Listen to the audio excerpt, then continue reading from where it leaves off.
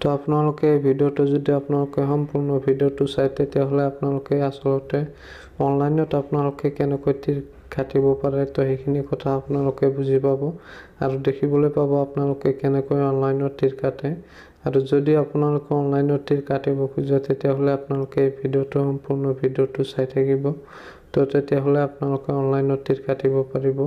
তো এতিয়া আমি গুগলত সাৰ্চ কৰিম onlinetircounter.com। অলপ লোডিং হোৱাৰ পিছত আপোনালোকে চাই আছে এনেকৈ এটা ইণ্টাৰফেচ আহিব আপোনালোকৰ সন্মুখত। আপোনালোকে একেবাৰে ওপৰত যে আছে onlinetircounter.com তো আপোনালোকে তাতে ক্লিক কৰিব। ক্লিক কৰাৰ পিছত আপোনালোকে চাব এনেকৈ এটা ইণ্টাৰফেচ আহিব। এইটো হৈছে onlinetircounter.com। ইয়াৰ পৰা আপোনালোকে অনলাইনত তীৰ কাটিব পাৰিব। তো আপোনালোকে কেনেকৈ অনলাইনত তীৰটো কাটিব আৰু অৰ্ডাৰবোৰ আপোনালোকে কেনেকৈ কৰিব তো সেইটো আপোনালোকক দেখাই দিম। তো আপোনালোকে ভিডিঅ'টো স্কিপ নকৰাকৈ চাই থাকক। তেতিয়া যদি আমি ইয়াৰ পৰা অৰ্ডাৰ কৰিব খোজো নম্বৰবোৰ তেতিয়া আমি শ্বপ নাওত ক্লিক কৰিম। তাৰপিছত আমি এনেকুৱা এটা ইণ্টাৰফেচ দেখিবলৈ পাম। তো ইয়াতে 9 ইণ্ডিঙৰ পৰা আপোনালোকে চাই আছে ইয়াতে 9 ইণ্ডিং আছে 8 ইণ্ডিং আছে। তো আপোনালোকে ইয়াতে গোটেইকেইটা ইণ্ডিঙে পাব 9ৰ পৰা 0লৈকে। তো আপোনালোকে যদি ইণ্ডিং কেইটা চাব খোজে তেতিয়াহ'লে আপোনালোকে স্ক্ৰল কৰি নিচফালে যাব। তাৰপিছত আপোনালোকে গোটেই নম্বৰ কেইটা দেখিবলৈ পাব স্ক্ৰল কৰি নিচফালে গ'লে।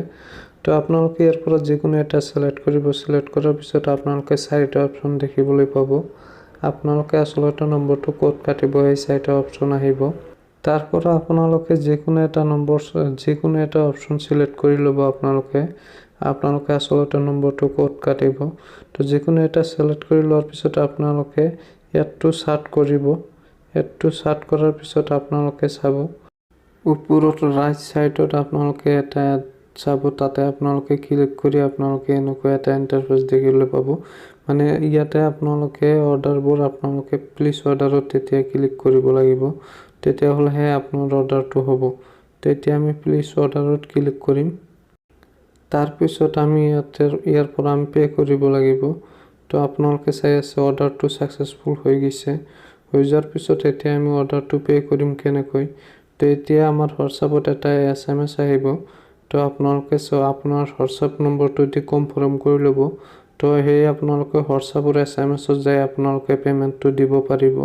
তো বলক এতিয়া হোৱাটছআপত। তো আমাৰ হোৱাটছআপত এনেকুৱা এটা লিংক আহিছে। তো এই লিংকটোৰ পৰা যদি আমি পে'মেণ্টটো দিব খোজোঁ তেতিয়াহ'লে আমি ইয়াতে onlinetircounter.com অৰ্ডাৰ ষ্টেটাছত আমি ক্লিক কৰি ইয়াৰ পৰা আমি পে'মেণ্টটো দিব লাগিব। তো আমি তাতে ক্লিক কৰিম। তাৰ পাছত আমি এনেকুৱা এটা ইণ্টাৰফেচ দেখিবলৈ পাম। তো ইয়াতে 3টা অপচন আছে। আমি এই 3টা অপচনৰ ভিতৰত যিকোনো অপচনৰে আমি পে' কৰিব পাৰোঁ। আৰু আফটাৰ আমাক পে'মেণ্টটো কেনেকৈ দিব সেইটো আপোনালোকক ক'ম।